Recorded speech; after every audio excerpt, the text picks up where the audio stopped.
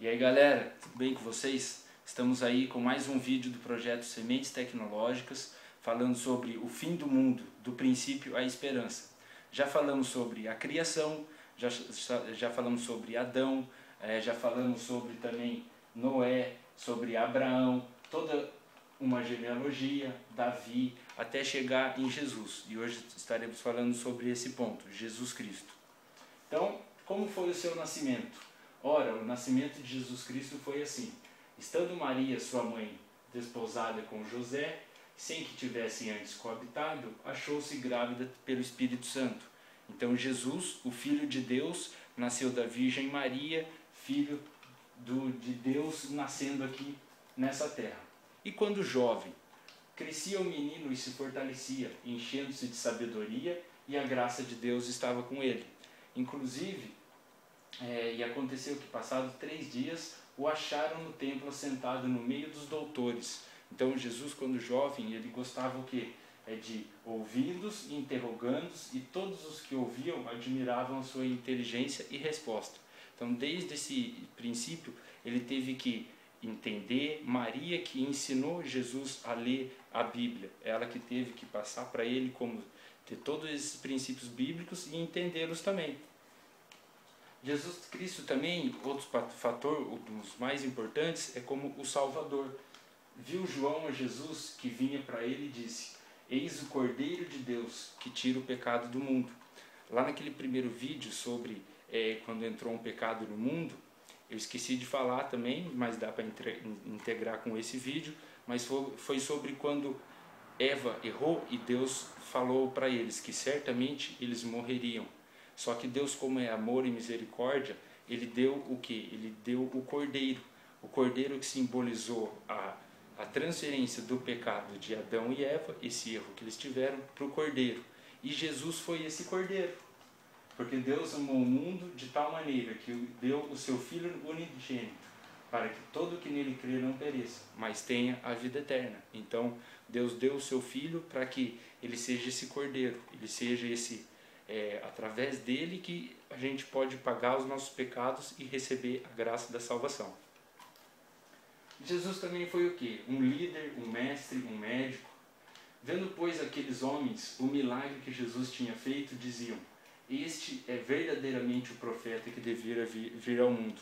Então, aqui os apóstolos, vendo o milagre da multiplicação dos pães e dos peixes, então eles disseram isso. E também aqui, outro ponto, perguntou-lhes então Jesus: por que sois tímidos, homens de pequena fé? Quando eles estavam com problema no barco. E levantando-se, repreendeu os ventos e o mar, e fez grande bonança, e maravilharam-se os homens, dizendo: quem é este que até os ventos e o mar lhes obedecem? Então Jesus Cristo tinha esse poder em toda a natureza, e ele tinha o domínio sobre os ventos, o mar. Ele era esse grande médico, mestre, líder, ele era tudo dentro dessa vida também. Mais um ponto de Jesus: a videira. Eu sou a videira verdadeira, e o meu pai é o agricultor. Todo ramo estando em mim dará fruto e produza mais ainda. Eu sou a videira, vós os ramos. Então aqui temos Jesus como a videira, um tronco, uma árvore, onde somos os galhos, os frutos, os ramos, que por isso que temos que integrar com essa videira. E quem permanece em mim e eu nele, este dá muito fruto, porque sem mim nada podeis fazer. Jesus também como um profeta. Aqui a gente vê a segunda profecia para entender essa parte do fim do mundo. Já vimos a estátua de Nabucodonosor, com todos os impérios. Os últimos 2.300 anos estão nessa profecia. E Jesus tem a profecia. Imagina que dentro da Bíblia, em Mateus 24, ela define o último sermão de Jesus. Imagina se você, qualquer pessoa daqui, fosse fazer a última palavra, o último sermão dessa pessoa. E esse foi o de Jesus, Mateus 24, e ele falou principalmente as profecias que estão ocorrendo hoje. Seus discípulos em particular dizendo: dize-nos quando serão essas coisas, e que sinal haverá de tua vinda e o fim do mundo? Muitos virão em meu nome, guerra, nação contra nação, fome, pestes, terremotos, traição, ódio, amor e se esfriar. Então a gente vê no mundo de hoje várias dessas coisas acontecendo. E vamos falar um pouquinho melhor daqui para frente. O céu e a terra passarão, mas as minhas palavras não hão de passar. Mas daquele dia e a hora ninguém sabe, nem os anjos do céu, mas unicamente o meu Pai. Então ninguém sabe o dia e a hora de um tal fim do mundo. E essa é uma palavra de Jesus, mas a gente vai completar depois também. Aí Jesus foi crucificado, o qual nos libertou do império das trevas e nos transportou para o reino do Filho do seu amor, em que temos a redenção pelo seu sangue, a saber, a remissão pelos pecados. Então, ele crucificado, ele foi o Cordeiro, o sacrifício do Cordeiro para nós, para libertar-nos do pecado e receber o nosso pecado, a transferência para ele. Aí ele ressuscitou, e o que vivo e fui morto, mas eis que estou vivo para todo sempre, pelos séculos dos séculos.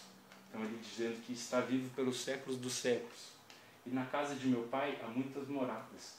Se assim não for, eu vou-lhe teria dito, por vou preparar-vos o lugar. E quando eu for, eu vos preparar lugar, voltarei e vos receberei para mim mesmo, para que onde estou estejais vós também. Então, depois dessa ressurreição, hoje ele foi ao céu e foi para preparar lugar para dentro da nossa morada.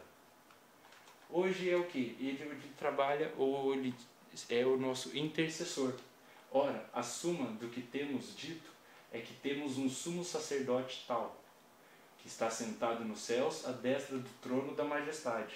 Então, é aqui o nosso sumo sacerdote, ele que recebe as nossas orações e intercede por nós. E através dele a gente recebe a vida eterna, porque Deus amou o mundo de tal maneira que deu ao seu Filho unigênito para que todo que lhe crê não pereça, mas tenha a vida eterna.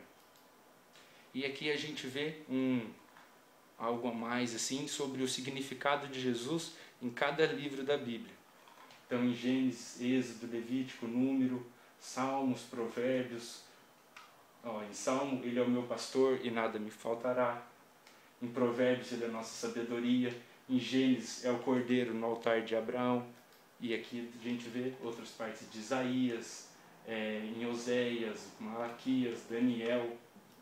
E aqui no Novo Testamento, só para ter algo a mais sobre o Filho de Deus que veio ao mundo e os seus significados.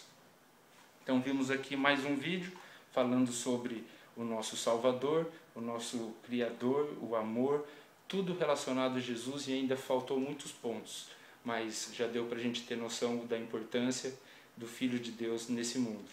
Valeu, galera, abraço.